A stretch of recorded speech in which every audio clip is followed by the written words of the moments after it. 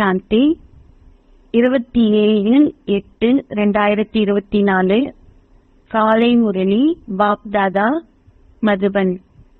சாராம்சம்: இனிய குழந்தைகளே, சுய உணர்வு நிலையில் தந்தையை நினைவு செய்யுங்கள். வெறுமையான ஸ்திதிக்கு செல்வதோ அல்லது உறக்கத்திற்கு செல்வதோ யோகம் அல்ல. கேள்வி: இங்கு கண்களை மூடியவாறு அமர்ந்திருப்பதற்கு நீங்கள் ஏன் அனுமதிக்கப்படுவதில்லை? பதில்: நீங்கள் கண்களை மூடியவாறு அமர்ந்திருப்பீர்களாயின் சிறிது நாள் உங்கள் கரையிலிருந்து எல்லா பொருட்களையும் திருடிச் செல்ல முடியும். திருடியாகிய மாயை உங்களை புத்தியில் எதனையும் கிரகிக்க விடமாட்டாள். நீங்கள் கண்களை மூடியவாறு யோகத்தில் அமர்வீர்களாயின் நீங்கள் நித்திரையாகி விடுவீர்கள். நீங்கள் எதனையும் அறிந்து கொள்ள மாட்டீர்கள். எனவே உங்கள் கண்களை திறந்தவாறு அமர்ந்திருங்கள்.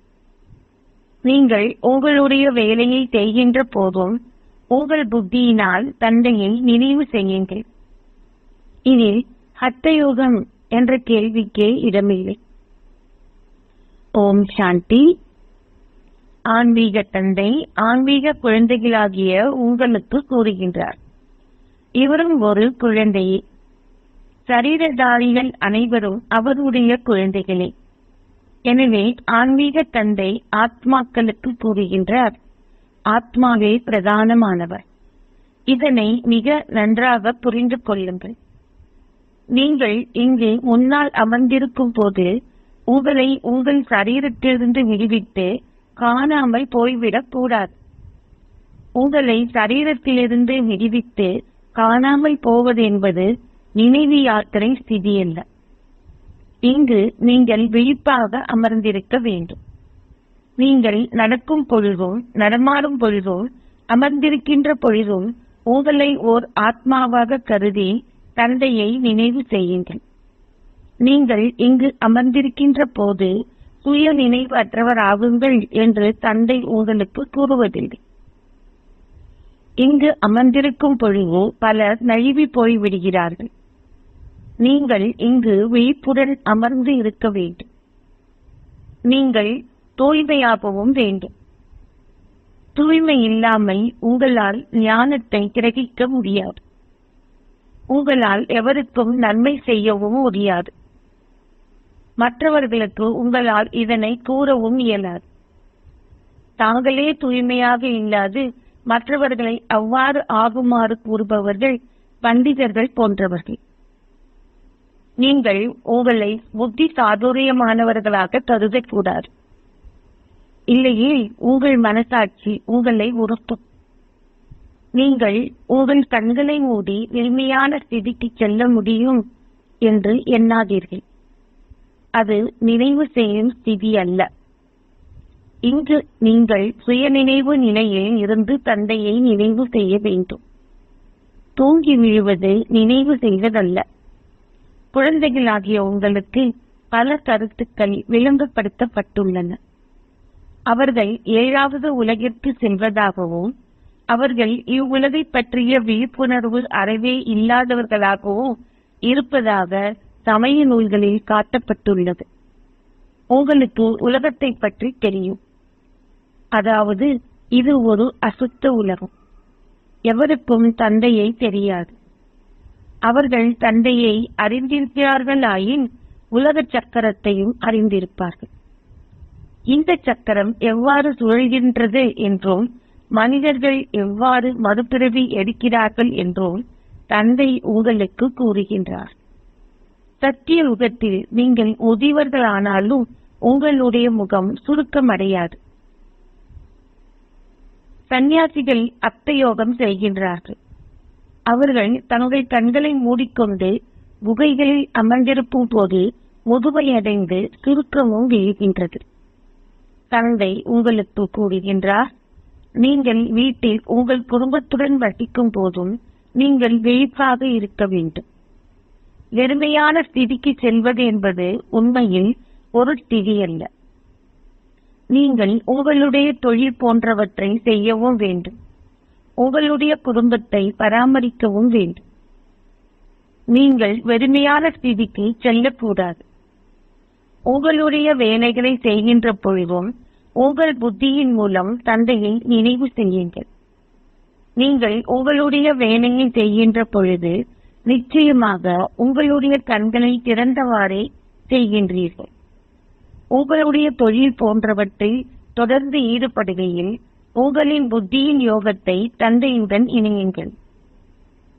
நீங்கள் இதை பற்றி கவனஹீனமாக இருக்கக்கூடாது. நீங்கள் தடையில் இருக்கும்போது உங்களுடைய கண்களை மூடிக்கொண்டு இருப்பீர்களாயின் எவராவது உங்களுடைய பொருள்களை களவாடி சென்று விட்டாலும் நீங்கள் அறிய மாட்டீர்கள். அது சரியான ஸ்திதி அல்ல. ஒருவரின் சரீரத்தில் இருந்து பற்றற்றவர் ஆகுகின்ற பயிற்சி ஹத்த யோகிகளது ஆகும். மாயாஜால சக்தி உடையவர்களே அவ்வாறு செய்வார்கள். தந்தை இங்கிருந்து உங்களுக்கு மிக தெளிவாக விளங்கப்படுத்துகின்றார். அதாவது நீங்கள் இதற்காக உங்கள் கண்களை மூடக்கூடாது. தந்தை கூறுகின்றார், இப்பொழுது நீங்கள் நினைவு செய்த நண்பர்கள், உறவினர்கள் அனைவரையும் மறந்து தந்தை ஒருவரை மட்டும் நினைவு செய்யுங்கள். நினைவு யாத்திரை இல்லாமல் உங்கள் பாவங்கள் அகற்றப்பட மாட்டாது. சூட்சும உலகிற்கு போக் கொண்டு செல்பவர்கள் காணாமல் போய்விடுகிறார்கள். என்ன நடைபெறுகின்றது? அவர்கள் அங்கிருக்கும் வரை அவர்களுடைய பாவங்கள் அழிக்கப்பட முடியாது.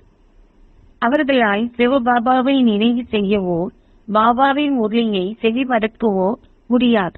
எனவே இழப்பு ஏற்படுகின்றது. எவ்வாறாயினும் இது நாடகத்தில் நிச்சயிக்கப்பட்டுள்ளது. இதனாலேயே அவர்கள் அங்கு செல்கிறார்கள். அவர்கள் பின்னர் கீழே வந்து முரணியை செவிமடுப்பார்கள். இதனாலேயே பாபா கூறுகின்றார், சென்று விரைவாக திரும்பி வாருங்கள், அங்கேயே இருக்காதீர்கள். அத்தகைய களிப்பூட்டும் விளையாட்டுகளுக்கு பாபா முற்றுப்புள்ளி வைக்கிறார். இவ்வாறு சுற்றுவது லட்சியமின்றி அலைவதை போன்றதாகும். பக்தி மார்க்கத்தில் பெருமளவு அலைச்சலும் அழுகையும் உள்ளது. ஏனெனில் அது இருண்ட மார்க்கமாகும். மீரா ஸ்வர்க்கத்திற்கு பிரான்சில் சென்றார். அது யோகமோ அல்லது கல்வியோ அல்ல. அவர் அதன் மூலம் ஜீவன் முக்தியை அடைந்தாரா? அவர் சொர்க்கத்திற்கு செல்வதற்கு தகுதி உடையவர் ஆகினாரா? அவருடைய பல பிறவிகளின் பாவம் அகற்றப்பட்டதா? நிச்சயமாக இல்லை. பல பிறவிகளின் பாவம் தந்தையின் நினைவின் மூலமே மட்டுமே அகற்றப்பட முடியும். காட்சிகள் போன்றவற்றை காண்பதில் எந்த நன்மையும் இல்லை. அது பக்தியாகும். அது நினைவோ அல்லது ஞானமோ அல்ல. பக்தி மார்க்கத்தில் இவற்றை கற்பிப்பதற்கு எவரும் இல்லை. எனவே அவர்கள் எவ்வளவு காட்சிகளை பெற்றிருந்தாலும் அவர்களால் ஜீவன் முக்தியை பெற முடியாது. ஆரம்பத்தில் குழந்தைகள் தாங்களாகவே பிரான்சில் சென்றார்கள். நம்மாவும் பாபாவும் பிரான்சில் செல்லவில்லை. ஆரம்பத்தில் பாபா ஸ்தாபனையினதும் வினோசத்தினதும் காட்சியை கண்டார். அதன் பின் எதுவும் நடைபெறவில்லை. நான் எவரையும் மேலே அனுப்புவதில்லை. ஆம், நான் பிரம்மா அவர்களுடன் கீழே அமர்ந்து கூறுகின்றேன். பாபா, இவரின் நூலை இழுங்கள். அது நாடகத்தில் இருப்பின் அவருடைய நூல் இழுக்கப்படும். இல்லாவிடில் அது இழுக்கப்படாது. பலர் காட்சிகளை பெறுகிறார்கள். அநேகமானோர் ஆரம்பத்தில் காட்சிகளை பெற்றார்கள். அநேகமானோர் இறுதியில் காட்சியை பெறுவார்கள். அது இறைக்கு மரணமும் வேடனுக்கு சந்தோஷமும் ஆகும். எண்ணற்ற மனிதர்கள் இருக்கிறார்கள். அவர்கள் அனைவரும் இங்கேயே சரீரத்தை விட்டு செல்ல வேண்டும். எவரும் தங்களின் சரீரத்தையோ அல்லது எதனையேனோ சத்தியத்திற்கு அல்லது மௌனதாமத்திற்கோ எடுத்துச் செல்ல முடியாது. எண்ணற்ற மனிதர்கள் இருக்கிறார்கள். அனைவரும் அழிய போகின்றனர். ஆதி சனாதன தேவி தேவதா தர்மம் இப்பொழுது பிரம்மாவின் மூலம் ஸ்தாபிக்கப்படுகின்றது. புதல்விகள் ஆகிய நீங்கள் கிராமங்களுக்கு சென்று பெருமளவு சேவை செய்கிறீர்கள்.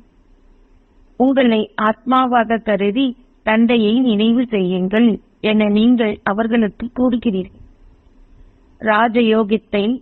ராஜயோகத்தை எவ்வாறு கற்பிப்பது என்பது சந்நியாசிகளுக்கு தெரியாது. தந்தையை தவிர வேறு எவரால் ராஜயோகத்தை கற்பிக்க முடியும்?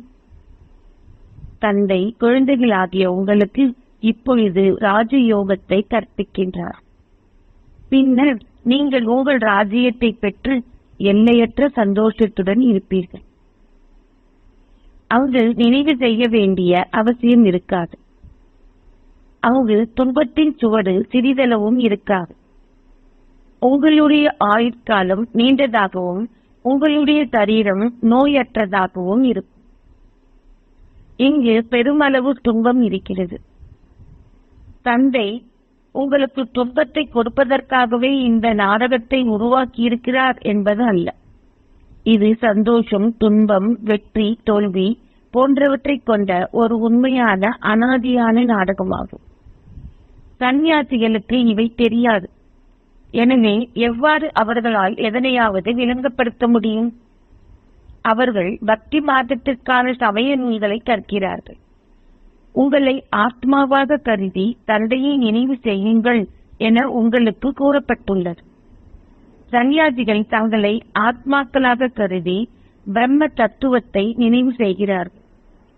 அவர்கள் பிரம்ம தத்துவத்தை கடவுளாக கருதுகிறார்கள். அவர்கள் பிரம்ம தத்துவ ஞானத்தை மட்டுமே கொண்டிருக்கிறார்கள். உண்மையில் பிரம்ம தத்துவம் ஆத்மாக்களாகிய நீங்கள் வசிக்கும் வசிப்பிடமாகும். ஆனால் தாங்கள் தத்துவத்துடன் இரண்டர கலப்பார்கள் என அவர்கள் கூறுகிறார்கள். அவர்களுடைய ஞானம் முற்றிலும் தலைகீழானது. இங்கு எல்லையற்ற தந்தை குழந்தைகளாகிய உங்களுக்கு கற்பிக்கிறார். கடவுள் 40,000 வருடங்களுக்கு பின் வருவார் என அவர்கள் கூறுகிறார்கள். அது அறியாமை இருள் என அழைக்கப்படுகின்றது. தந்தை கூறுகின்றார், புதிய உலகத்தை ஸ்தாபிப்பதும் பழைய உலகத்தை அழிப்பதும் நானே. நான் ஸ்தாபனையை முன்னெடுத்துச் செல்கின்றேன். விநாசம் முன்னால் உள்ளது. இப்பொழுது விரைந்து தூய்மையாகுங்கள்.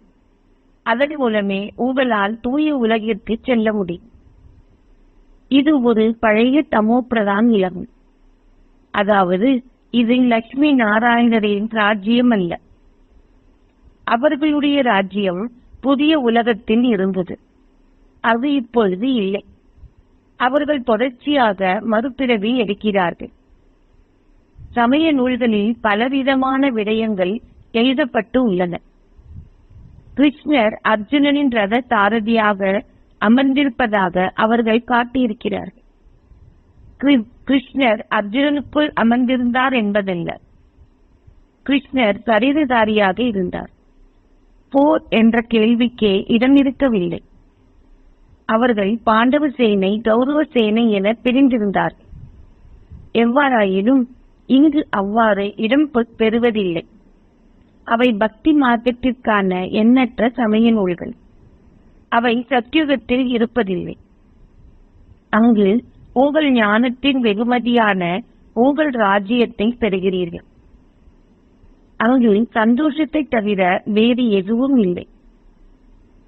தந்தை புதிய உலகத்தை ஸ்தாபிக்கின்றார். எனவே புதிய உலகத்தில் நிச்சயமாக சந்தோஷம் இருக்கும். தந்தை ஒரு பழைய வீட்டை கட்டுவாரா? தந்தை ஒரு புதிய வீட்டையே கட்டுவார். அந்த உலகம் சதோபிரதான் உலகம் என அழைக்கப்படுகின்றது. இந்த உலகம் இப்பொழுது தூய்மையற்று தமோ பிரதானாக இருக்கின்றது. நீங்கள் இப்பொழுது ராவணனின் அந்நிய ராஜ்யத்தில் அமர்ந்திருக்கின்றீர்கள். சிவபாபா ராமர் என அழைக்கப்படுகிறார்.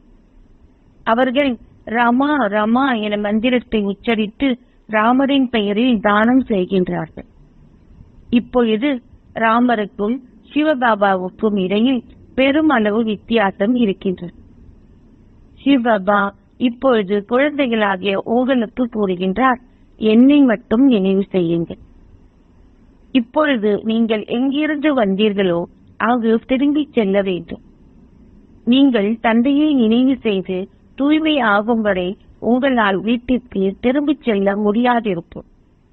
உங்களுக்குள் வெகு சிலரே தந்தையை மிக சரியாக நினைவு செய்கின்றீர்கள். உங்கள் உதடுகளின் மூலம் எதனையும் கூறுதல் என்ற கேள்விக்கு இடமில்லை. பக்தி மார்க்கத்தில் மக்கள் ராமா ராமா என அவர்களின் உதடுகளின் மூலம் கூறுகிறார்கள். எவரேனும் இதனை உச்சரிக்காவிட்டால் அவர்கள் அவரை நாஸ்திகர் என அழைக்கிறார்கள். அவர்கள் மிகவும் உரத்து பாடுகிறார்கள். மனம் வளர்கையில் பக்தி மார்க்கத்திற்கான சம்பிரதாயங்களும் வளர்ச்சி அடைகின்றன. விதை மிகவும் சிறியது. உங்களிடம் எதுவும் இல்லை.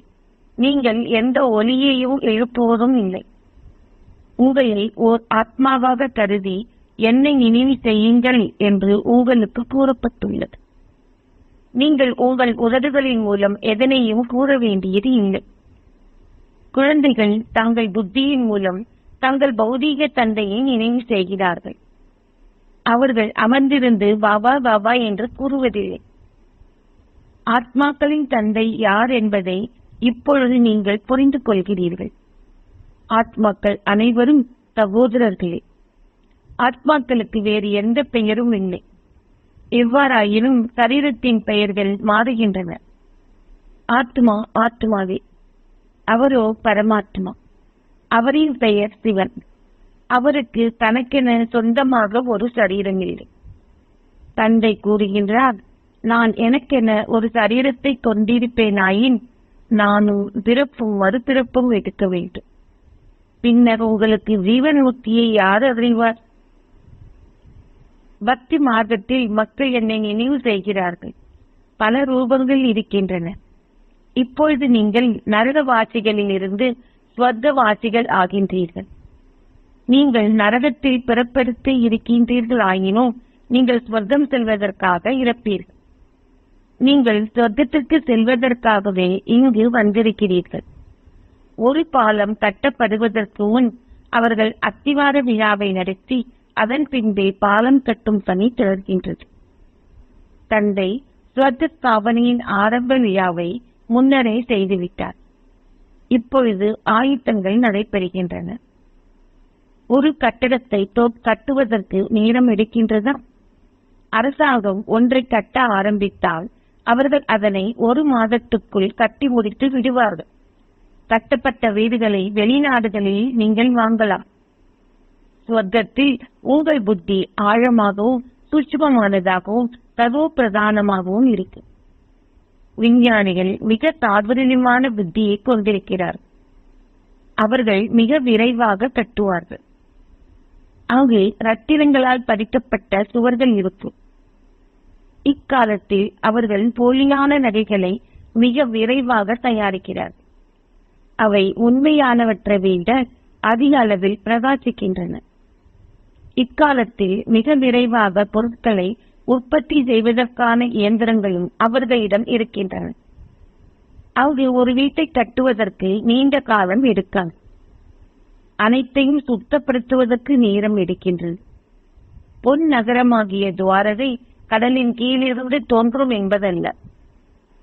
எனவே தந்தை கூறுகின்றார், உண்ணுங்கள், பருகுங்கள், ஆனால் தந்தையை நினைவு செய்யுங்கள். அதன் மூலமே உங்களுடைய பாவங்கள் அழிக்கப்பட முடியும். வேறு முறைகள் இல்லை. நீங்கள் பல பிறவிகளாக கங்கையில் நீராடுகிறீர்கள். ஆனால் எவராலும் முக்தியையோ ஜீவன் முக்தியையோ அடைய முடியவில்லை. இங்கு தந்தை நீங்கள் தூய்மை ஆகுவதற்கான வழிமுறையினை காட்டுகின்றார். தந்தை கூறுகின்றார், நான் தூய்மையாக்குபவர். ஓ தூய்மையாக்குகின்ற பாபாவே, வாருங்கள், வந்து எங்களை தூய்மையாக்குங்கள் என நீங்கள் கூவி அழைத்தீர்கள். நாடகத்தின் இறுதியில் நடிகர்கள் அனைவரும் தயாரிப்பாளர்களும் மேடையில் தோன்றுகின்றனர். அவர்கள் அனைவரும் மேடையில் நிற்பார்கள். அதே போன்று இங்கும் நடைபெறுகின்றது. ஆத்மாக்கள் அனைவரும் கீழே வந்த பின்னர் நீங்கள் திரும்பிச் செல்ல ஆரம்பிக்கிறீர்கள். நீங்கள் இன்னும் தயாராகவில்லை. நீங்கள் இன்னும் உங்களுடைய கர்மாதி ஸ்திதியை அடையவில்லை. எனவே எவ்வாறு விநாசம் இடம்பெற முடியும்?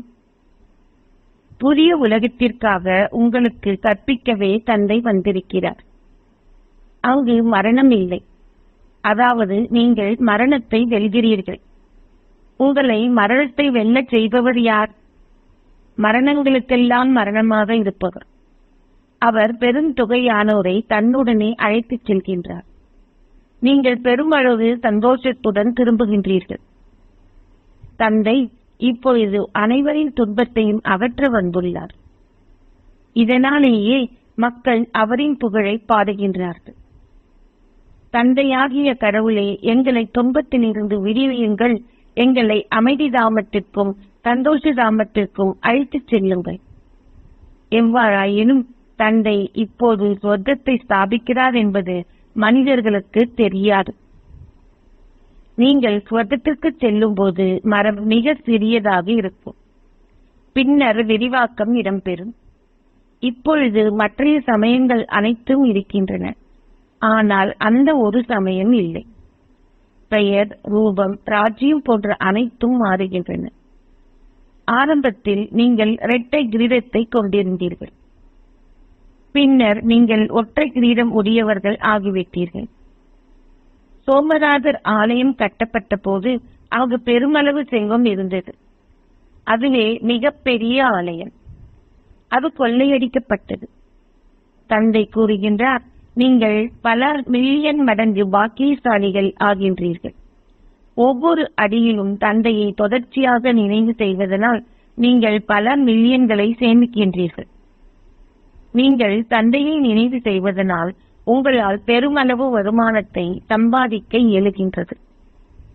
எனவே நீங்கள் ஏன் அத்தகைய தந்தையை நினைவு செய்வதற்கு மறக்கின்றீர்கள்?